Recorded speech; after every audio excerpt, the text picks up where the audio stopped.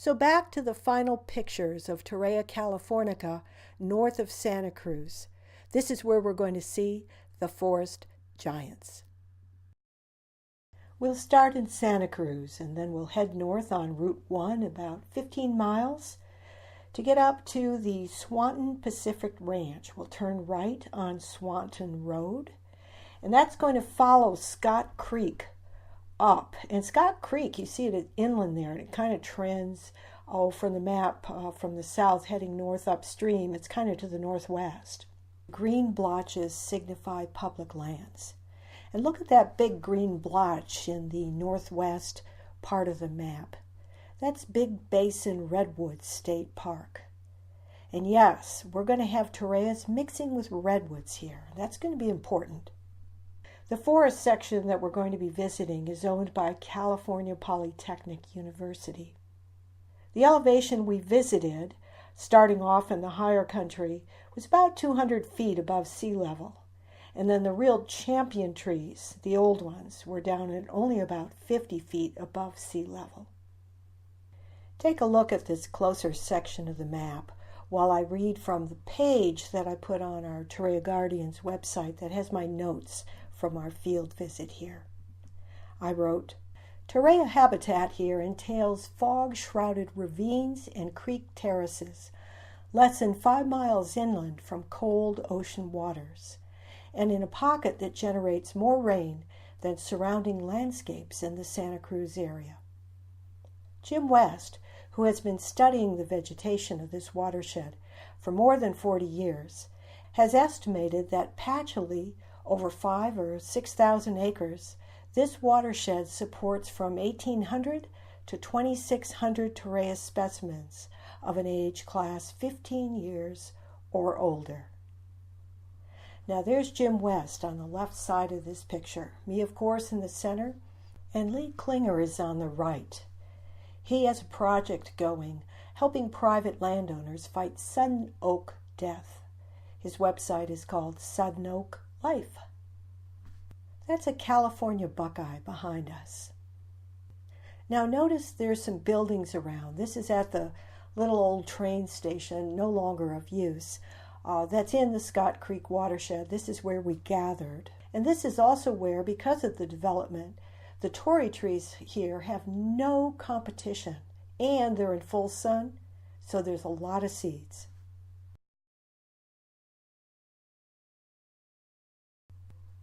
The trees in this station were straight and tall. They seemed to really appreciate the sun.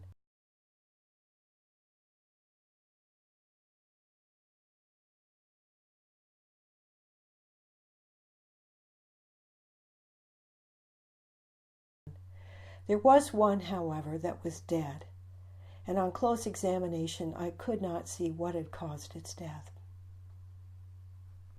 That's it for California Torreya at the old train station.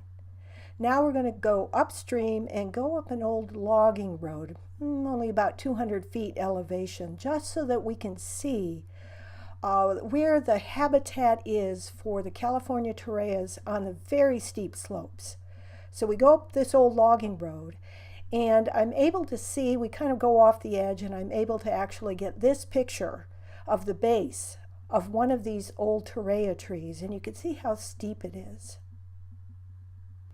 I don't have any pictures of what the canopy level looked like because I had to use binoculars to see them. A lot of the Torreys did reach canopy level that I could see on the slopes, and some of them had seeds, a lot of seeds.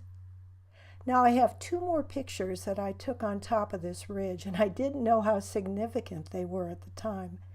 Basically, it was of little seedlings of Torrey that were coming up after a pine tree had fallen down, so they had a lot of sun. Here you can see one in the foreground, and moving closer in, that's Lee Klinger with his hand on the top of another one coming up, and the sudden sun that they get because of the tree fall. Now that tree, that log, is a Monterey Pine. I was told at the time it was very rare, it was endemic, and it was dying from native bark beetles and other diseases, so there was concern about whether it was going to go extinct. What I've learned since then is that the situation for glacial relict conifers on the west coast is just about as difficult as it is for Florida Torreya conifer glacial relict on the east. And that is that conservationists are just not willing to entertain the possibility that maybe it's time for these conifers to be helped to move north. Maybe they've been left behind. Now, what's significant about this Monterey pine is something I'd like to read to you from a 1998 paper by Constance Millar of the U.S. Forest Service in California. It's called Reconsidering the Conservation of Monterey Pine. Now, in the beginning of the paper, she talks about how this is really unusual.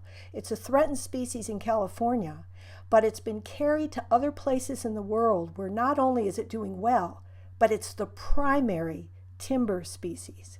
New Zealand, Australia, and Chile are where it's a very important timber tree. So obviously it does grow well if you can find the right climate. But here's a key paragraph I want to read from this long paper. Over the past 200 years, Monterey pine has also been widely planted beyond its native range in California. In many coastal and near-coastal sites, it has survived and thrived following both direct planting and aerial seeding.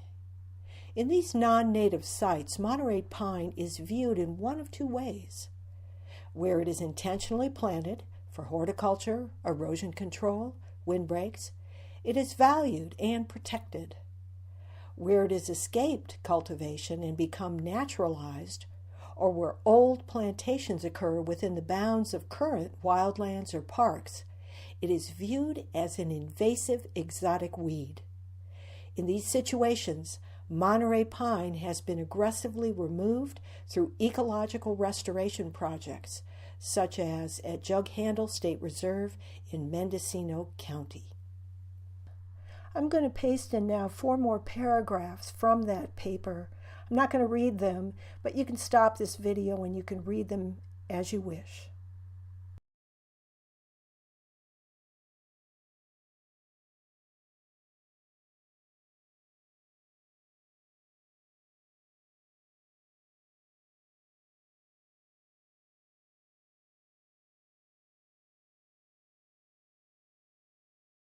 Finally, there's one more paragraph I do want to read here, because it shows you how the situation we Torreya Guardians are experiencing in the east, the difficulty of getting the officials to agree to move this plant, is not unlike the conservation situation for some glacial relic conifers over in California. Here's the paragraph.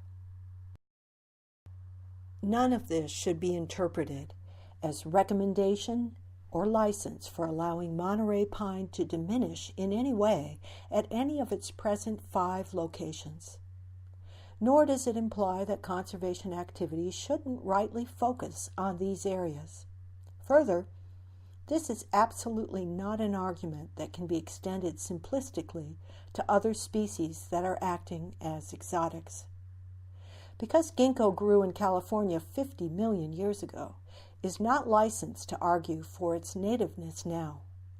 The unique history of Monterey pine, especially including its apparent metapopulation behavior, fluctuating range within a fluctuating climate history, and the recency and similarity of these past conditions to those of the present, are some of the elements that make Monterey pine's case special. Outside its narrow, but larger than present, recent historic range, Monterey pine may well be treated as an inappropriate exotic. What is offered here is an appeal to expand the conservation strategy for Monterey pine in ways consistent with its eco-evolutionary behavior. So that was Monterey pine. I'm going to continue on this tangent of California glacial relict conifers just for a moment more. It's important. There's 2 I've had experience with. The first is Monterey Cypress. You can see it has a very small range. Here's what it looks like. Gorgeous tree. Now, I did not take that picture in its endemic range. I took it at the very northernmost coast of California, just south of Crescent City. I heard about it from a naturalist at Redwood National Park who told me with chagrin that the national park headquarters in Crescent City went on a binge of getting rid of non-native trees on its headquarters property and planting only natives. And that meant it had to take down a grove of Monterey Cypress that was even more spectacular than this one that you see me in. And as I traveled the coast, I saw a lot of other plantings of Monterey Cypress in the northern part of California, a couple hundred miles north of its, quote, native range. The other tree I'd like to just mention here has the same name as California Torreya. That is, it's called Torrey Pine, Pinus torreyana.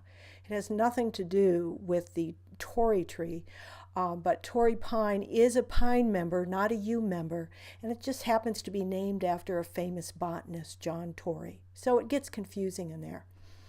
But this tree also has a very small range, and rather than me talking about it, I'm going to show a little clip of a video. I actually made a whole video on this advocating for assisted migration of Torrey Pine. I did this in 2014 when I happened to be in that part of California.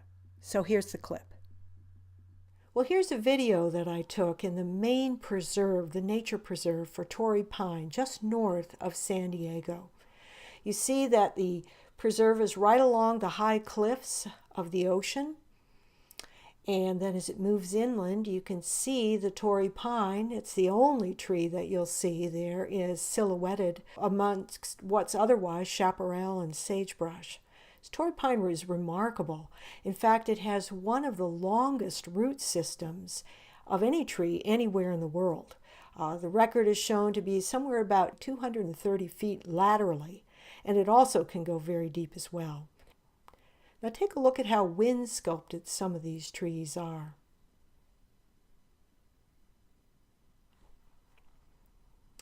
In contrast, take a look at some of the footage of Torrey Pine I took, where it's actually being used as a landscape tree, well watered, in this case, in the housing development where my husband's son, Shane, lives.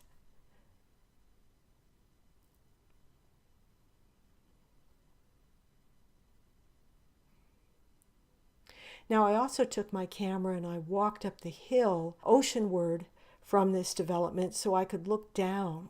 Here's a video of looking down at this condo development, and look at the light green canopy. That's the pines. Elsewhere you'll find some eucalyptus and so forth, but those are the Torrey pines, well watered, beautiful. So you can see the more knowledge I have about glacial relict conifers stranded, left behind in their peak glacial refuges in coastal California, the more adamant I get about why are we waiting to move Florida Torreya north out of its peak glacial range. So back to the final pictures of Torreya californica north of Santa Cruz. This is where we're going to see the forest giants. This is Scotts Creek, and this is in the area downstream of where we were on the slope. This is in the area where we have the forest giants. Now we're looking upstream. To the right is the road. And even along this road, there's some Torreya trees. Take a look at the flowering California buckeye there towards the center of the picture. And let's take a look at that and the evergreen tree to its right. That's a Torreya. And you can see, since it's in full sun, thanks to the road, it's got more of that Douglas fir type look to it, rather than a yew-like look to the branchlets. Now back on the road, looking toward the creek, that is toward the opposite side, we're in the deep shade here, and both of those trunks is the characteristic brownish, that is Torreya californica. Walking inland toward the creek here, that's a California bay laurel on the left, multi-stemmed. And Lee is standing next to a tall, straight California Torreya. He estimated about 80 feet tall. We've crossed the creek now, and we've gone up to a terrace, that is, an elevated floodplain from a time before the river cut down even more.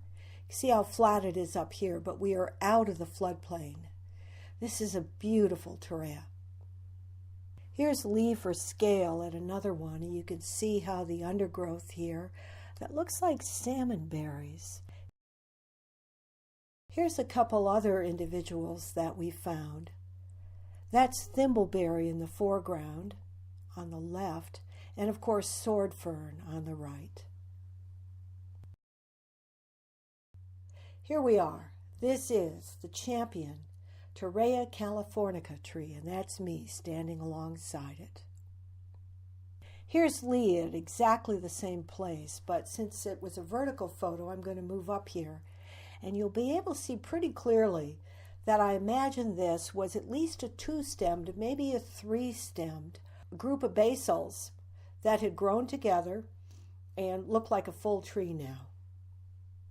Here's a closer look at that mid-range area where you can see where the single trunk splits into two very obviously. A little higher up, we can see where the two split into more. And then at a distance, I was able to take this picture of the top. You can see at least three major stems there, and there's the photosynthetic leaves piercing the sky. Now, very importantly, here's a close-up of the stem.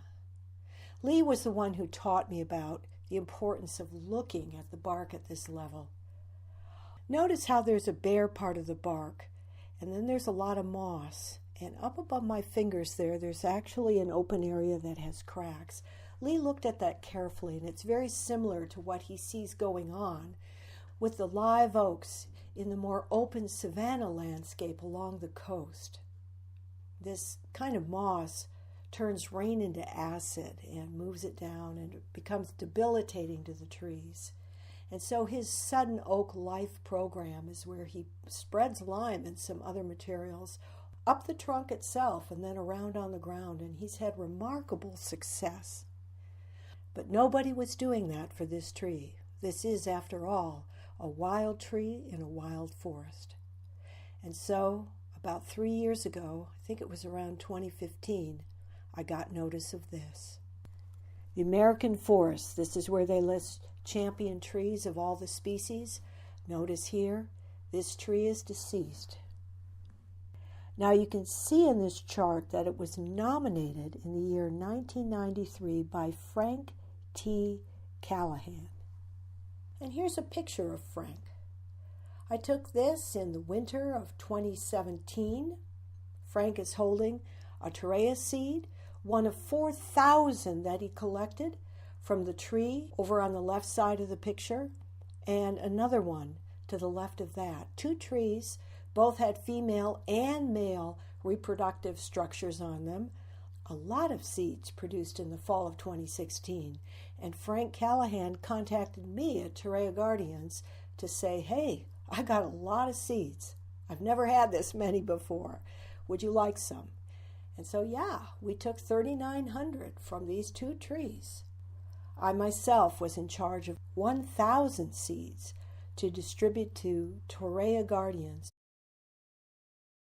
This whole watershed was logged out not long after the turn of the 20th century, but it was logged out only of timber quality redwood trees, and the Torreyas were not harvested. Now, if that's the case, why is this redwood so big, the one that Lee Klinger is looking at? Well, he and I are both walking on the old logging road. It might have been an old logging railroad. But it's easy to see why this would not have been cut back then, because just above where the picture top is, there's a large burl, and it gets pretty gnarly up there. I think that history of timber harvest might be the reason why some of the Torreya trees are really straight and tall, and yet the giant one is really leaning. My best guess is that the tall, straight trees were all very young or started up after the redwoods were taken out, and that is, they had full sun to get going in, and so therefore they could grow straight. My sense is that the champion one was already well along while the redwoods were still there, and so it adopted the usual posture of leaning to try to get out from underneath the big redwood shade. Once the overstory was cut down, it remained in that state. Redwood trees, in contrast, will not grow tall at an angle. The biggest redwood stump I saw, not far from the champion Torreya, was now surrounded by an encircling ring of upstart basils. Here's another example of upstart basils I encountered just 6 months ago around a stump near Eureka, California. Now, in this growth habit, redwoods and Torreyas are very similar. Here is a picture of a 1,000-year-old Torreya cousin in China, tended throughout its long life by the villagers, who value its seeds for medicine and food, and its fine wood for go boards. Go is a Chinese version of chess. Notice the price, and you will understand why a champion-sized California Torreya was illegally harvested near Fort Bragg. During the past 2 years, I've spent a lot of time with Coast Redwoods. I've enjoyed being around the big ones, but I've mostly been looking for the small ones. I wanted to understand how their seedlings grow. It looks like this one struggled a bit with invasive English ivy and is finally reaching up into the sunlight. Unlike Torreya, Coast Redwood has a rather tiny seed. And so what astonished me most was when I came across this seedling, coming up entirely on its own within a patch of sword fern. Now what's going to astonish you is that all of the previous photos, including the big one of me at the beginning, were taken not in California, but in Puget Sound of the state of Washington, mostly in Seattle.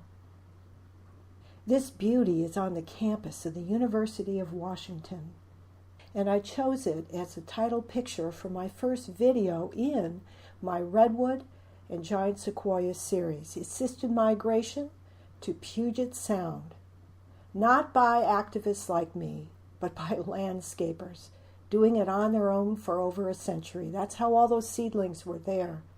A redwood near a park, naturalizing into a forest that had been Douglas fir, but I didn't see any Douglas fir seedlings coming up, just the redwoods. It's too late for the professionals to debate this move. Here are young climate activists. December 2016 in Jefferson Park, Seattle, they're planting a tree species well adapted to the future they're going to live into. Coast redwood is also one of the best natural ways to sequester carbon. These kids are part of Plant for the Planet. And that's me at the podium, speaking about how fossils tell us that this California tree is returning to a place it has lived before, in previous warm times. This is a movement. It is underway. It is joyful. It gives us all hope. Learn more about this Seattle project by Googling Moving the Giants to Puget Sound. City park officials, plus a variety of volunteer groups, are involved. For example, here's the crew that documented redwood naturalization in a park north of Seattle. That's me on the left, representing Torreya Guardians, with Michael Foster of Plant for the Planet, and Philip Stielstra of Archangel Ancient Tree Archive. So that's it for this two-part series. Florida Torreya's California cousin has clues for ex situ plantings. Now, ex situ plantings is the term that appeals to the folks in charge of the recovery plan for Florida Torreya. But for me, an activist, a citizen naturalist, rewilding is the term that motivates. Let's give this ancient species the help it needs and then release it fully to live on its own, forever wild once again, albeit in a warmer climate. So, we've searched for clues amid wild populations of the California Torreya in these 4 places. I've offered my own interpretations along the way, but the beauty of offering you the pictures is that you too can make interpretations. Maybe you'll see in these images more than I've seen. Maybe you'll come to different conclusions. Maybe your view of how these California clues should guide our actions in the East will differ from mine. May the forest be with you.